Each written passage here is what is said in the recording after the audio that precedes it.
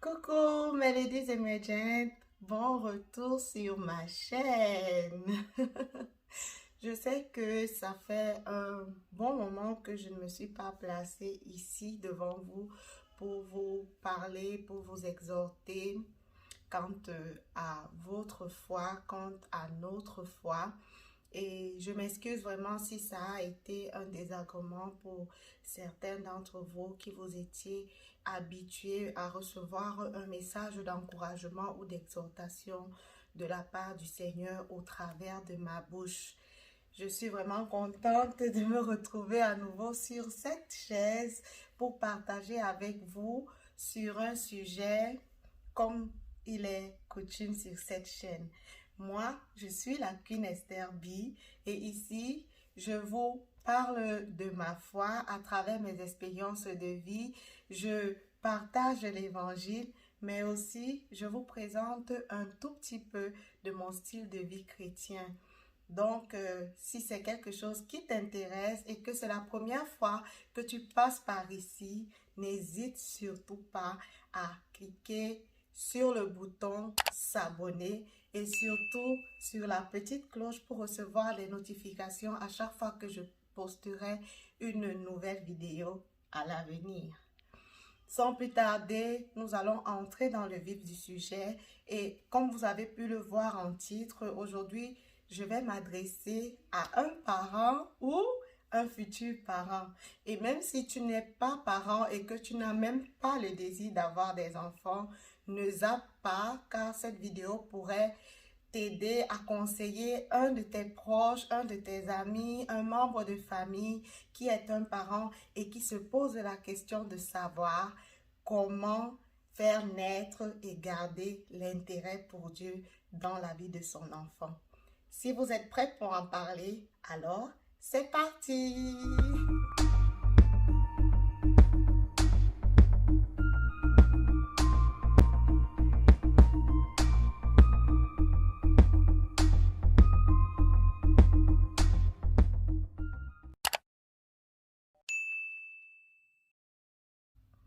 Voilà, comme je le disais plus tôt, nous allons parler de ce sujet qui certainement en tant que parent vous tient à cœur, surtout si vous êtes un parent chrétien.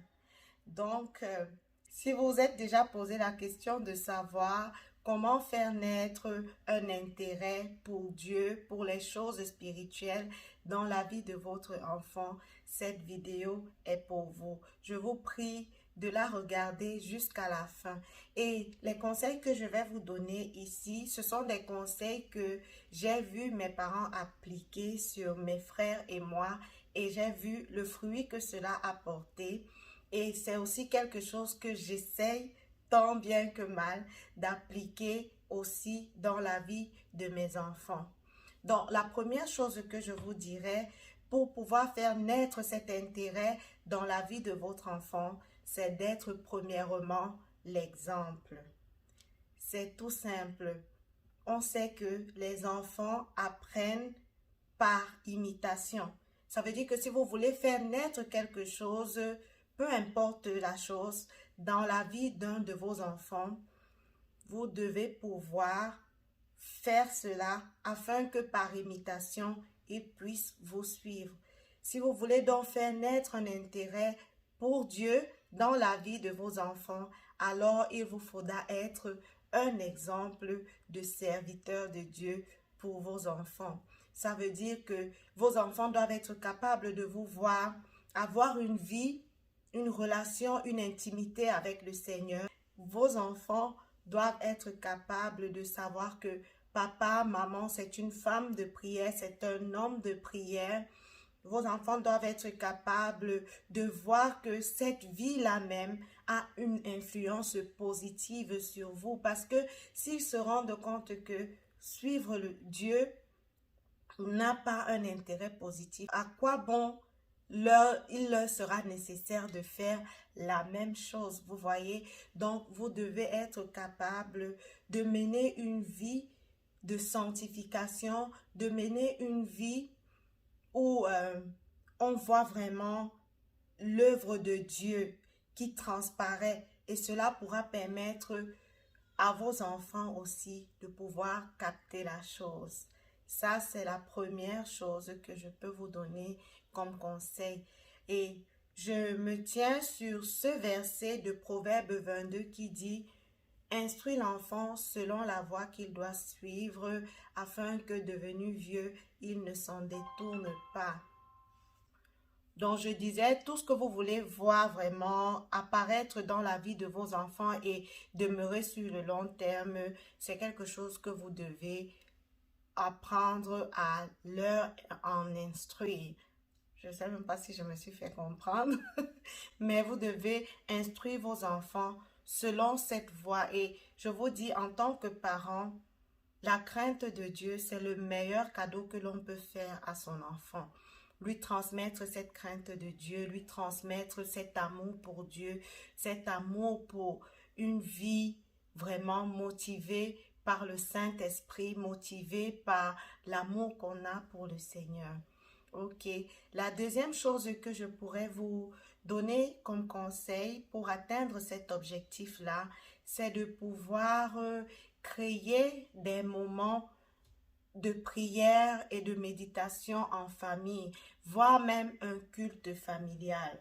Par exemple, c'est pendant ces moments-là où votre enfant pourra vous voir à l'œuvre, pourra apprendre de vous comment prier, comment lire sa Bible, comment la méditer. Il pourra apprendre de vous comment est-ce que vous pouvez retirer de la Bible une leçon que vous appliquez dans votre propre vie. Et c'est aussi pendant ces moments-là que votre enfant pourra s'exercer. Ça veut dire que lorsque vous êtes dans un culte familial, vous pouvez poser des questions à l'enfant sur ce qu'il a pu retenir d'un passage que vous avez étudié. Vous pouvez demander à l'enfant de faire une prière. Vous allez faire des chants, des cantiques. Cela va permettre à l'enfant de pouvoir voir comment ça se passe en groupe. Et vous allez aussi choisir, vous servir de ces moments-là pour encourager les enfants à pouvoir le faire même lorsqu'ils sont seuls.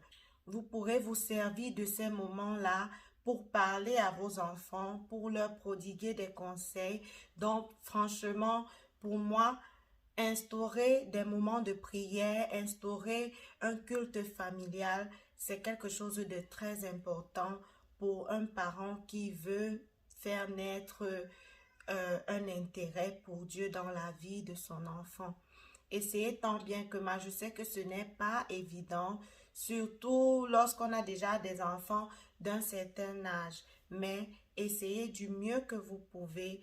Si vous me suivez et que vous n'avez pas encore d'enfants, mais que vous projetez d'en avoir, c'est encore bien parce que dès la base, vous pourrez instaurer cela et là, les enfants vont prendre facilement. Mais même si vos enfants ont déjà un âge avancé et que vous commencez, il faudra le faire et le faire en étant vraiment patient pour que ça puisse prendre, pour que ça puisse vraiment grandir, que les enfants puissent s'intéresser à cela. Donc, ne soyez pas découragés, ne soyez pas démotivés peut-être parce que vous n'avez pas commencé cela très tôt avec vos enfants. Il n'est jamais trop tard, comme on dit souvent.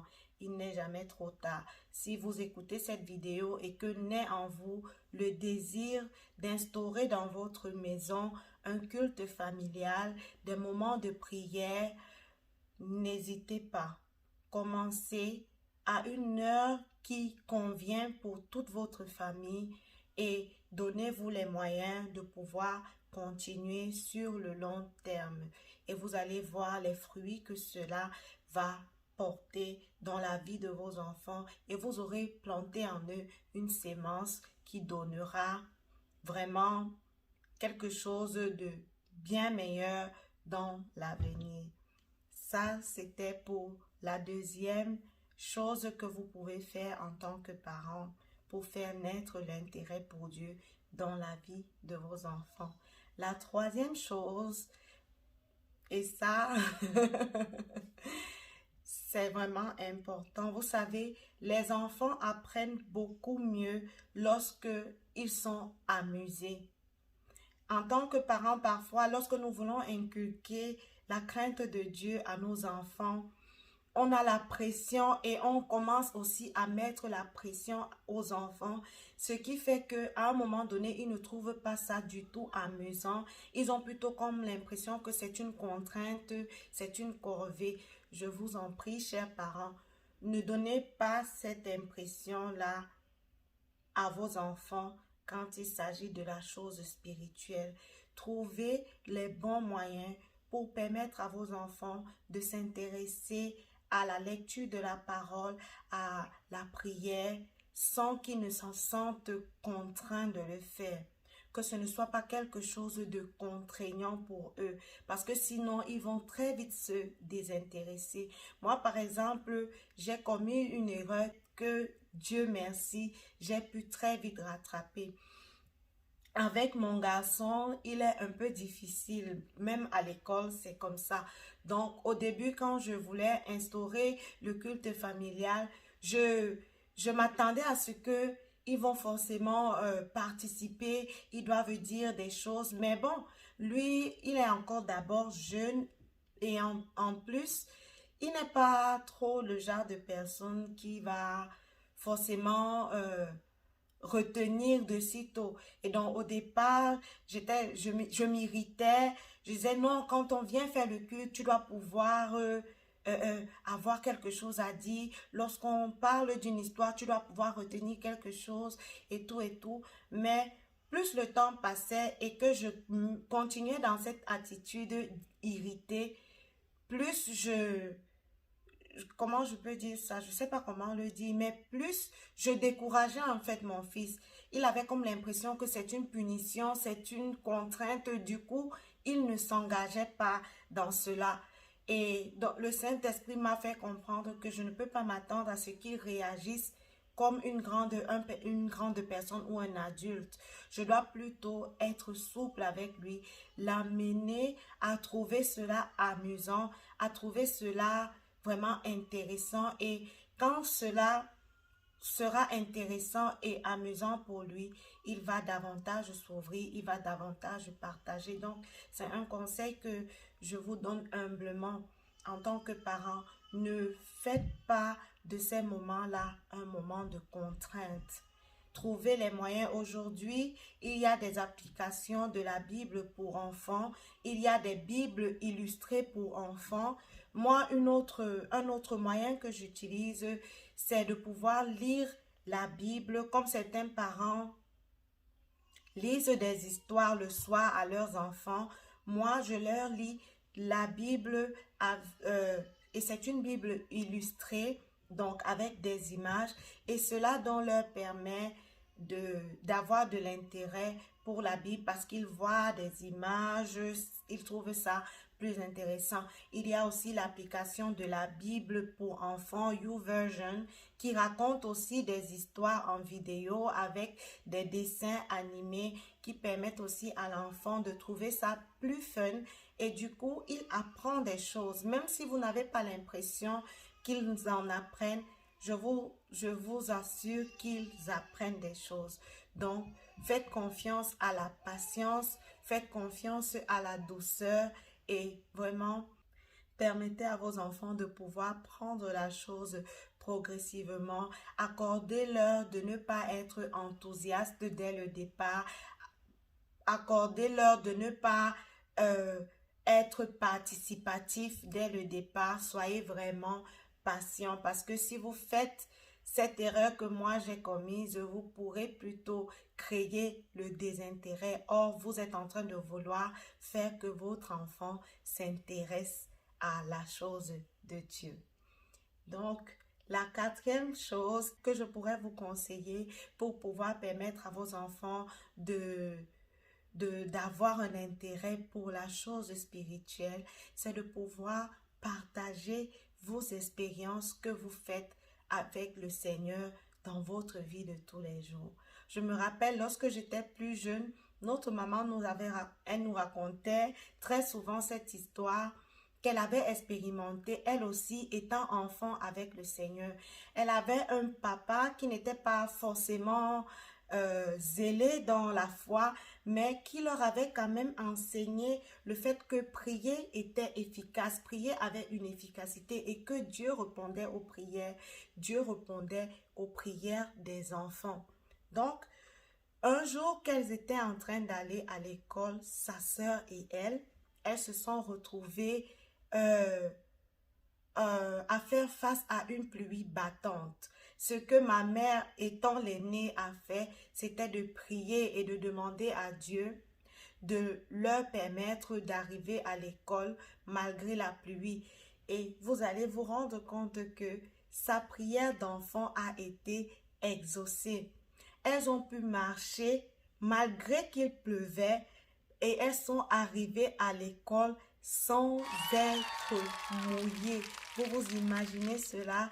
Et c'est une histoire que notre mère nous racontait chaque jour pour nous encourager, nous, ses enfants, à pouvoir être des personnes qui prient. C'est une expérience qu'elle avait faite parmi tant d'autres avec le Seigneur.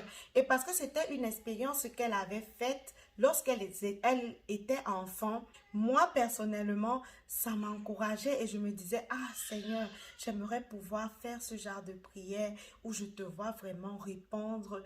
Et ça m'a vraiment encouragée, rien que d'y penser. Donc, je vous encourage aussi, vous parents, à pouvoir partager ces expériences que vous faites, les réponses que Dieu apporte dans votre vie, les choses extraordinaires que Dieu fait dans votre vie, à pouvoir le partager avec vos enfants. Ceci pourra encore faire naître davantage de l'intérêt pour la chose de Dieu dans leur vie. Le dernier conseil que je partagerai avec vous, et pas le moindre parce que j'aime toujours garder le meilleur pour la fin, n'est-ce pas? Ok. Le dernier conseil, donc, je disais, c'est de mettre Dieu au centre. Sachant que, en tant que chrétien, tout ce que nous faisons doit être dirigé par notre Seigneur. La Bible dit que c'est lui qui donne le vouloir et le faire. Et donc, dans tous les efforts que vous pouvez entreprendre humainement parlant, n'oubliez jamais que vous devez mettre Dieu au centre afin que ce soit lui qui bénisse ses efforts. La Bible dit encore une chose, que l'homme a des projets, mais le dernier mot revient à Dieu. Donc, ça veut dire que vous pouvez avoir ce désir-là, mais si vous ne mettez pas Dieu au centre, quels que soient les efforts que vous allez investir à cela, ce sera certainement soldé par un échec. Alors oui, chers parents, si vous avez le désir de faire naître l'intérêt pour Dieu dans la vie de vos enfants, faites intervenir ce Dieu-là, afin qu'il puisse bénir vos efforts, afin qu'il puisse vous donner davantage de sagesse, davantage de technique, davantage de stratégie pour pouvoir amener vos enfants sur cette voie. Et je peux vous assurer que c'est la bonne part.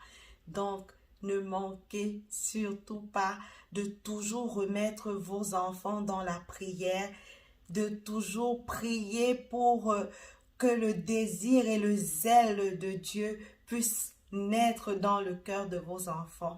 Et je vous assure, à coup sûr, tout ce que vous allez faire va porter du fruit.